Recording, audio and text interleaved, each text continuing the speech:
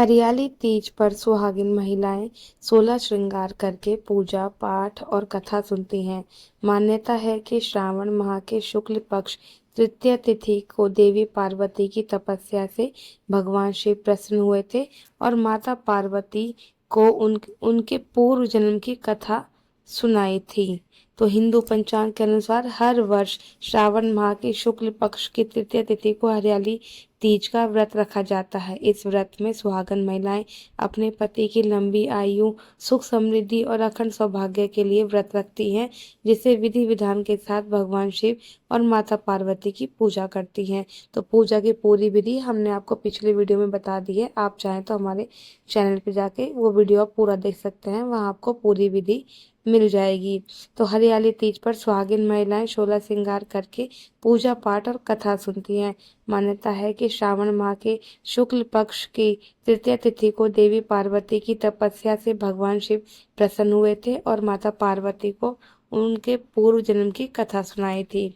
तो शिव पुराण के अनुसार भगवान शिव माता पार्वती से कहते हैं कि हे पार्वती, बहुत समय पहले तुमने हिमालय पर मुझे पति के रूप में पाने के लिए घोर तप किया था। इस दौरान तुमने अन्न जल त्याग कर सूखे पत्ते चबाकर दिन व्यतीत किए थे। किसी भी मौसम की परवाह किए बिना तुमने निरंतर तप किया। तुम्हारी इस स्थिति को देखकर तुम्हारे पिता बहुत दुखी हुए। ऐसी स्थिति में नारद जी तुम्हारे घर पधारे।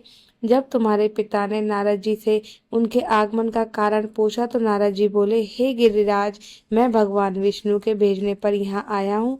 आपकी कन्या की घोर तपस्या से प्रसन्न होकर वह उससे विवाह करना चाहते हैं। नारद जी की बात सुनकर पर्वतराज अति प्रसन्नता के साथ बोले, हे नारद जी, यदि स्वयं भगवान विष्णु मेरी कन्या से विवाह करना चाहते हैं तो इससे बड़ी कोई बात नहीं है। मैं इस विवाह के लिए तैयार हूँ। फिर शिव जी पार्वती जी से कहते हैं, तुम्हारे पिता की स्वीकृति पर कर नारद जी विष्णु जी के पास गए और यह शुभ समाचार सुनाया। लेकिन जब तुम्हें इस विवाह के बारे में पता चला तो तुम्हें बहुत दुख हुआ। तुम मुझे यानी कैलाशपति शिव को मन ही मन अपना पति मान चुकी थी। तुमने अपने व्याकुल मन की बात अपनी सखी को बताई। तुम्हारी सहेली ने सुझाव दिया कि तुम्हें एक घनघोर वन में ले जाकर छुपा दूंगी और वहां तुम रहकर शिवजी को प्राप्त करने की साधना करना। इसके बाद तुम्हारे पिता तुम्हें घर में ना पाकर बड़े चिंतित और दुखी हुए। वह सोचने लगे कि यदि विष्णु जी की बारात लेकर आ गए तो तुम घर पर ना मिली तो क्या होगा। उन्होंने तुम्हारी खोज में धरती पाताल एक करवा दिए, लेकिन तुम फिर भी ना मिली। तुम वन में एक गुफा के भीतर मेरी आराधना में लीन थी। श्रावण शुक्ल तृतीया को तुमने रेत से एक शिवलिंग का निर्माण कर मेरी आराधना की, जिससे प्रसन्न होकर मैंने तुम्हारी मनोकामना पूर्ण की।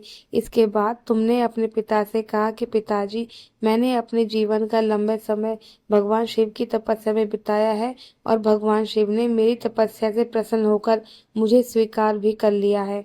अब मैं आपके साथ एक ही शर्त पर चलूंगी कि आप मेरा विवाह भगवान शिव के साथ ही कराएंगे। पर्वतराज ने तुम्हारी इच्छा स्वीकार कर ली और तुम्हें घर वापस ले गए। कुछ समय बाद उन्होंने पूरे विधि विधान से हमारा विवाह किया। भगवान शिव ने इसके बाद कहा कि हे पार्वती, तृतीया को तुमने मेरी आराधना करके जो व्रत किया था उसी के परिणाम स्वरूप हम दोनों का विवाह संभव हो सका। इस व्रत का महत्व यह है कि इस व्रत को पूर्ण निष्ठा से करने वाली स्त्री को मैं मनोवांछित फल देता हूँ। भगवान शिव ने पार्वती जी से कहा कि इस व्रत को जो भी स्त्री पूर्ण श्रद्धा से करेगी उसे तुम्हारे तरह अचल सुहाग प्राप्त होगा। बोलो हर हर महादेव, जय पार्वती मैया। तो हे माता पार्वती, जिस प्रकार आपने अपने मन में भगवान शिव के प्रति अटूट विश्वास रखा, उसी प्रकार सभी के जीवन में सुख, प्रेम और सौभाग्य बनाए रखना। तो हर हर महादेव, जय माँ पार्वती। अगर आपको यह हरियाली तीज की कथा अच्छी लगी हो तो वीडियो को लाइक करें और परिवार के साथ शेयर करें।